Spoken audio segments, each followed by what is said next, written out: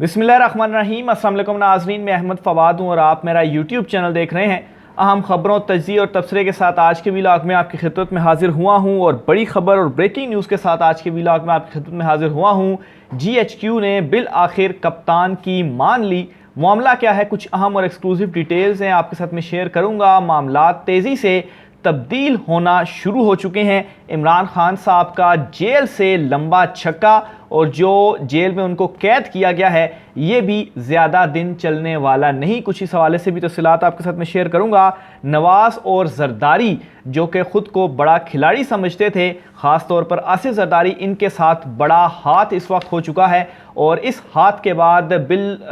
मौलाना फजल रहमान समेत नवाज़ शरीफ और जरदारी जो हैं ये सर पकड़ कर बैठ चुके हैं कि इनके साथ बिल आखिर हो क्या गया है। कप्तान ने बड़ी गेम जो है वो क्या कर दी है, कुछ अहम तफसीलात इस हवाले से भी आज के व्लॉग में आपके सामने रखूँगा। सबसे पहले तो नाज़रीन जो मामला है कि कैसे GHQ ने कप्तान की मान ली, इस पर कुछ तफसीलात आपके साथ में शेयर करूँगा। हुआ कुछ यूँ है कि इस वक्त एक बड़ी जो डेवलपमेंट सामने आ रही है वो ये है कि ये फ़ैसला किया गया है कि शहबाज काबीना में मौजूद जो वुज़रा थे उनके खिलाफ बड़ी कार्रवाइयाँ की जाएंगी और आइंदा आने वाले दिनों में इन कार्रवाइयों का आगाज़ होगा और जो बड़ी गिरफ्तारियां हैं इस हवाले से उन वुज़रा की भी होंगी। इनिशियल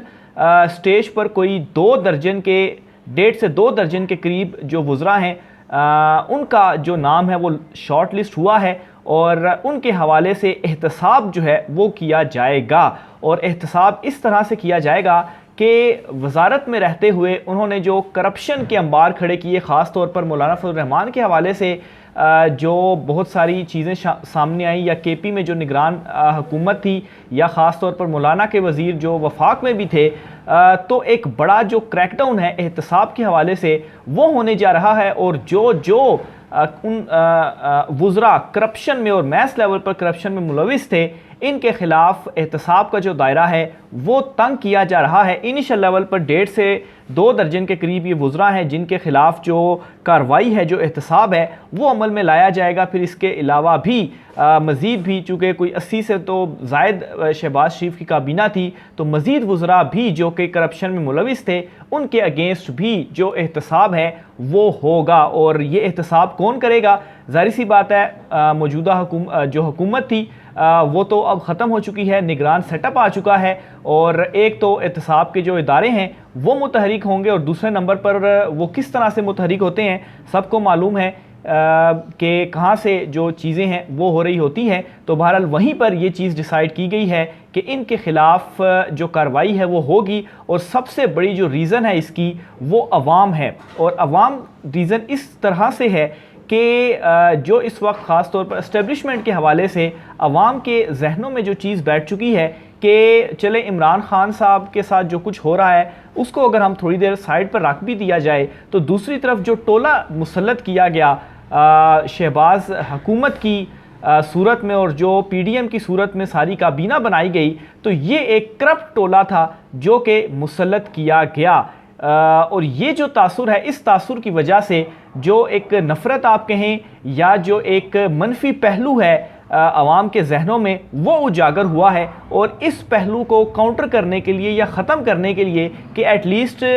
चूँकि इसका सारे का सारा जो आप देखें कि जो नुकसान भी हो रहा है वो भी है कि अवाम दूर होती जा रही है, तो अवाम को ख़ुद से दूर नहीं करना ताकतवर हलकों ने, तो इस वजह से ये जो डिसीजन है वो हुआ है कि एटलीस्ट ये काम करने से क्या होगा कि ये जो एक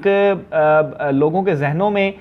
या जो एक कॉन्सेप्ट बैठ चुका है, और वाकई खैर इसमें हकीकत भी है कि वाकई करप्ट टोला था, इन्होंने क्या कुछ नहीं किया, तो एटलीस्ट इस चीज़ को ख़त्म किया जाएगा। और अगर इस चीज़ को ख़त्म किया जा सकता है तो जो दूरियां हैं वो दूरियां कुर्बतों में तब्दील हो सकती हैं। और ये इमरान खान साहब के लिए भी एक ग्रीन सिग्नल है कि जो कहते थे कि मकबूलियत के साथ जो कबूलियत है वो भी होनी चाहिए। एटलीस्ट इमरान खान साहब जो बातें करता था उनमें से एक बात ख़ास तौर पर एहतसाब के हवाले से एटलीस्ट इन हलकों की जानिब से एहतसाब के मामले पर इमरान खान साहब की जो बात है वो मान ली गई है। और ये जो एहतसाब आइंदा आने वाले दिनों में होता हुआ नज़र आएगा। चीज़ें मैंने आपसे कहा था कि हुकूमत के जाते ही जो है वो 360 डिग्री चेंज होंगी और वही चीज़ें इस वक्त हो रही हैं। और फर्स्ट जो स्टेप है तब्दीली के हवाले से वो ये होने जा रहा है और ये इमरान खान साहब के लिए भी एक पॉजिटिव सिग्नल है, क्योंकि ज़ाहिर सी बात है अगर ये अवाम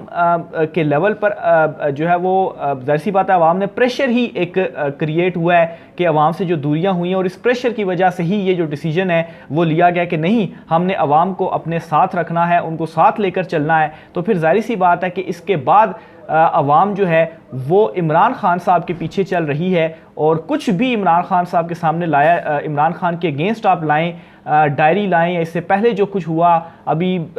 मेरे ख्याल से तो शायद मोबाइल फोरेंसिक के लिए जो भेजा गया उस हवाले से भी कुछ चीज़ें शायद लेकर आई जाएं, तो अवाम इसको एक्सेप्ट करने के लिए तैयार नहीं है। तो आहिस्ता आहिस्ता जो कबूलियत है, ये जो एक्सेप्टेंस है, ये एक पहला स्टेप मैं इसको करार दे रहा हूँ कि एटलीस्ट एक पहला जो स्टेप है वो उठा लिया गया है। एहतसाब के हवाले से इमरान खान साहब का सबसे बड़ा बयानिया ही यही था, तो आहिस्ता आहिस्ता इमरान खान साहब की बातों पर भी वो आएंगे। तो एक मुस्बत जो मामला है इस हवाले से जो पेशरफ्त है वो हो चुकी है। फिर दूसरी तरफ ना सिर्फ अवाम बल्कि इदारों के अंदर भी ज़ाहिर सी बात है इदारों के अंदर लोग जो मौजूद होते हैं वो सिर्फ और सिर्फ ड्यूटी तो नहीं कर रहे होते, उनकी अपनी पर्सनल लाइफ भी होती है, पर्सनल उनकी थिंकिंग भी होती है और वोट देने का हक सबको होता है और सब बतौर पाकिस्तानी शहरी वोट देते हैं। तो वो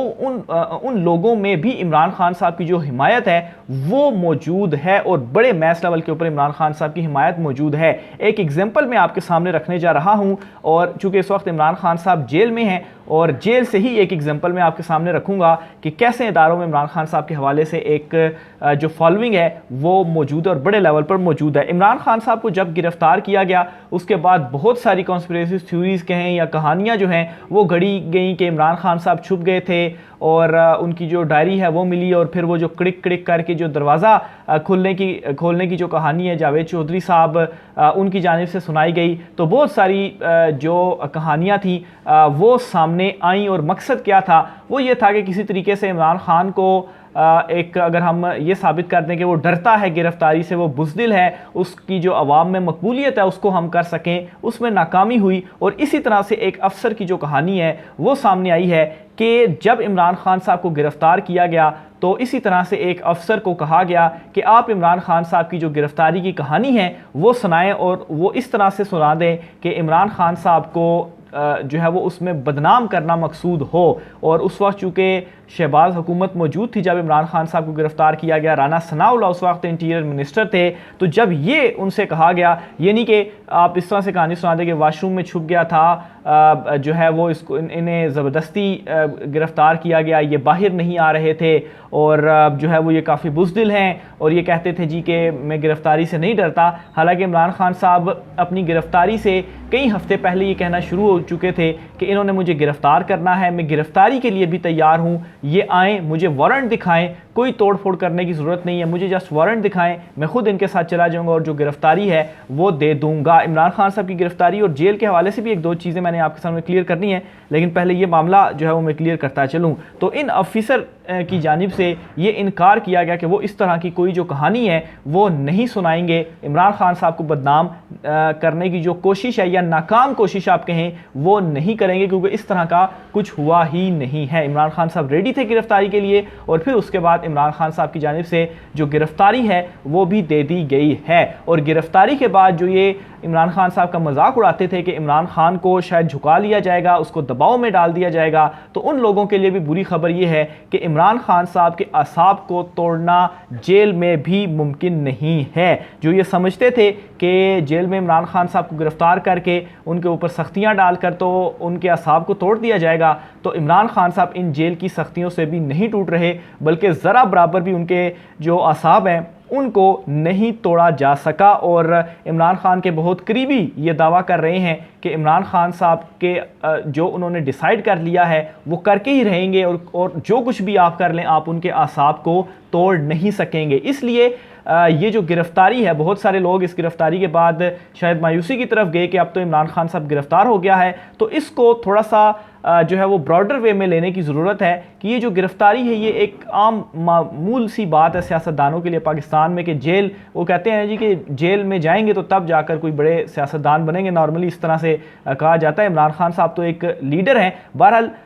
ये जो गिरफ्तारी है, इस गिरफ्तारी के बाद इमरान खान साहब मज़ीद मजबूत हुए हैं। और मैं आपको ये भी बताता चलूँ कि इमरान खान साहब ज़्यादा देर जेल में नहीं रखा जा सका, नहीं जा सकता। एक तो कानूनी पॉइंट ऑफ व्यू से देखा जाए तो इतने ज़्यादा इस केस के अंदर फ्लॉज हैं कि इस्लामाबाद हाई कोर्ट जब भी, हालांकि इस्लामाबाद हाई कोर्ट में भी चीज़ें काफ़ी जो है वो दिन उसको दिए जा रहे हैं और समातें आगे की जा रही हैं, एक किस्म का डिले जो है वो चीज़ों में हो रहा है। लेकिन इमरान खान, इस डिले के बावजूद भी इमरान खान साहब की तोशा खाना में जो ज़मानत है वो आप ये कहें कि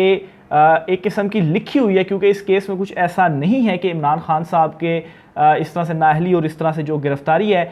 वो उनकी हो सके। जिस तरह से ट्रायल चला, ट्रायल की भी तफसीलात में साथ साथ आपको बताता रहा हूँ कि कैसे इमरान खान साहब का जो ट्रायल है वो कितनी तेज़ी से चला, कितने इसके अंदर फ्लॉज मौजूद हैं। तो इस्लामाबाद हाई कोर्ट में भी जो नेक्स्ट वीक आ रहा है 14 अगस्त के बाद, इसमें शायद हफ्ता 10 दिन लग जाएँ, लेकिन इमरान खान साहब की तोशा खाना में जो गिरफ्तारी है इसमें इमरान खान साहब को ज़मानत मिलेगी और हाई कोर्ट से ही ज़मानत मिलेगी। कानूनी हवाले से ये चीज़ें मैं आपके सामने रख रहा हूँ कि कानूनी पॉइंट को देखा जाए और इस केस को देखा जाए तो इसमें कोई शक नहीं है कि इमरान खान साहब को गिरफ्तारी जो ज़मानत है वो नहीं दी जाएगी। तो बहरहाल मेन चीज़ ये थी कि इमरान खान साहब को जेल में रखकर जो दबाव डालना या बातें मनवाने की बात थी, तो इसमें भी मुकम्मल तौर पर नाकामी हुई है। इमरान खान साहब के आसाब को अभी तक नहीं तोड़ा जा सका। आखिर में नाज़रीन, नवाज़ और जरदारी के साथ क्या हाथ हो गया, इस पर कुछ तफसीलात आपके साथ मैं शेयर करूँगा। और हुआ कुछ इस तरह से है कि इमरान खान साहब जब उन्होंने जो उनका ये फ़ैसला था असम्बलियाँ तहलील करके इलेक्शन में जाने का, वो भी आज सही साबित हो रहा है। और ये जो जमातें हैं जिन्होंने पहले तो उनका था कि इलेक्शन में हम जाएंगे, लेकिन उसके बाद फिर जो है वो इन्होंने हुकूमत ली, ख़ास तौर पर आसिफ जरदारी ने, और समझा कि हम अपने ख़िलाफ़ केसेस को ख़त्म NRO 2 ख़ुद को देने के बाद इमरान खान का भी हल निकाल लेंगे। तो वो लोग भी इस वक्त सर पकड़ कर बैठ चुके हैं। उनकी पार्टी के अंदर से अब बाकायदा तौर पर खुलकर ये आवाज़ें आना शुरू हो चुकी हैं कि हुकूमत नहीं लेनी चाहिए थी, इलेक्शन में जाना चाहिए था, इलेक्शन में जाते तो शायद हमारा कुछ ना कुछ बच जाता, क्योंकि उस वक्त जो सूरत हाल थी वो बहुत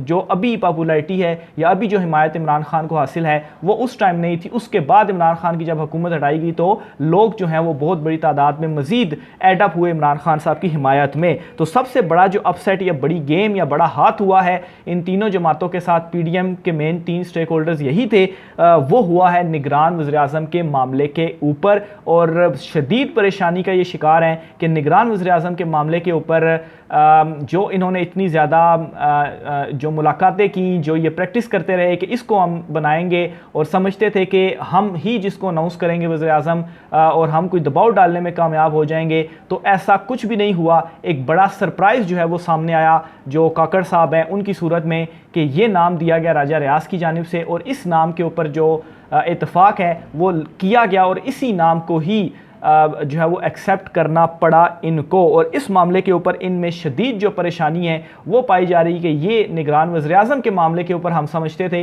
कि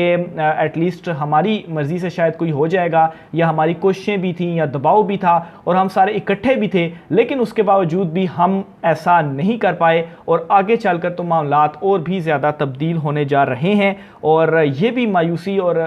परेशानी पाई जा रही है कि राजा रियाज जैसा जो बंदा है उसका जो दिया हुआ नाम है उसके ऊपर हमें मजबूरन एग्री करना पड़ा। लेकिन खैर राजा रियाज का जो दिया हुआ नाम है वो भी आपको मालूम है कि वो किधर से आया। राजा रियाज अपने बलबूते के ऊपर तो कुछ भी नहीं कर रहे। बहरहाल काकड़ साहब जो हैं वो अब आ चुके हैं और ये भी मैं आपको बताता चलूँ, काकड़ साहब जो हैं वो आए हैं तो बहुत सारे जो डिसीजंस हैं वो आपको आइंदा आने वाले दिनों में इस निगरान हुकूमत की जानिब से नज़र आएंगे। ख़ास तौर पर ये बड़े और अहम फ़ैसले होंगे इकनॉमिक साइड पर और ख़ारजा महाज वाले साइड पर। और ख़ास तौर पर बलूचिस्तान से चूँकि इनका ताल्लुक़ है तो रैकोडेक और CPEC इस हवाले से भी बहुत बड़े बड़े डिसीजन, ख़ास तौर पर PIA के हवाले से बताया जा रहा है कि उनकी प्राइवेटाइजेशन या रेलवे की प्राइवेटाइजेशन के हवाले से भी कुछ अहम डिसीजंस लिए जाएंगे, क्योंकि मुंतखब हुकूमतें जो डिसीजन नहीं ले पाई वो डिसीजन भी ये जो निगरान हुकूमत है वो लेगी। और इसी वजह से जो मकसद है इनको लाने का वो ये है। और इन फैसलों से भी ये जो मौजूदा PDM अभी तो खैर ये ख़त्म भी हो चुकी है, ये जो PDM है वो बहुत ज़्यादा मायूस और परेशान है कि उनके साथ एक बड़ी गेम हो चुकी है। साथ ही साथ सिर्फ यहाँ तक ही मामला नहीं है, बल्कि निगरान काबीना जो है वो भी वो अपनी मर्ज़ी से ही लाएंगे। और फैसल वावडा के हवाले से बताया जा रहा है कि उनका नाम भी इस निगरान काबीना में शामिल होगा। तो ये नाज़रीन आज की कुछ अहम तफसीलात थी, डिटेल्स थी, राय का इज़हार कीजिएगा। आज के व्लॉग से इतना ही, मुझे इजाज़त दीजिए, अल्लाह हाफ़िज़।